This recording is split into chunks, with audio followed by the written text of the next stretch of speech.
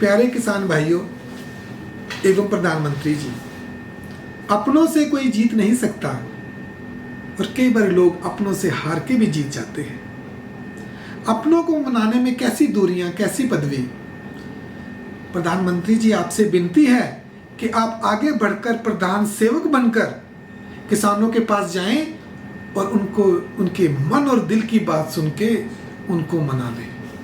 आपने अपने बहुत से नुमाइंदगे तो उनके पास भेजे होंगे, पर कई बार हमारे यहाँ रवायत है कि शगुन भेजने और जाके आशीर्वाद के साथ देने में बहुत फर्क हो जाता है।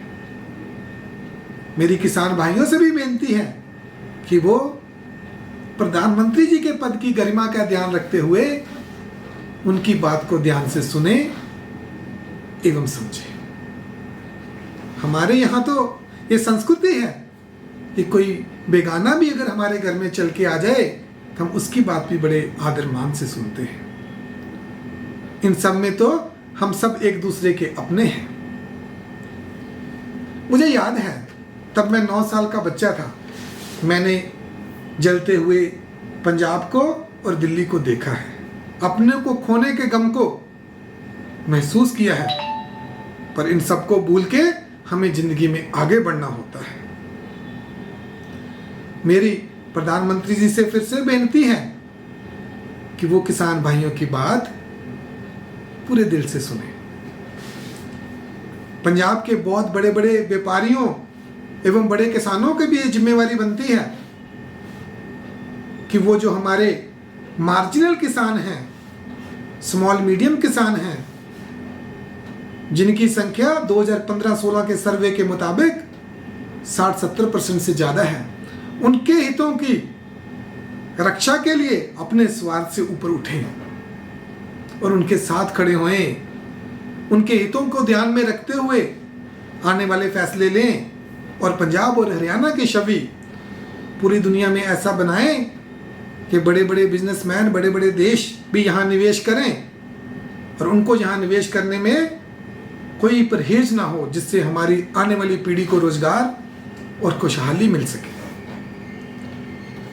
मैं एक बात और कहना चाहता हूं, जिद्दी और अनखी व्यक्ति में फर्क होता है। जिद्दी व्यक्ति अपने स्वार्थ के लिए लड़ता है और अनखी व्यक्ति दूसरे के भले के लिए खड़ा उठ होता है और आगे बढ़कर उसके हितों की रक्षा करता है।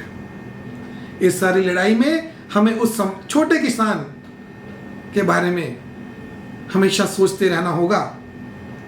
और कई बार हमने ये भी नोटिस करा होगा आपने कि गली मोहल्ले की लड़ाइयों में भी कुछ ऐसे लोग होते हैं जो फैसले होने से अड़चने पैदा करते हैं, रुकावटें पैदा करते हैं। उससे भी हमें सावधान रहना है।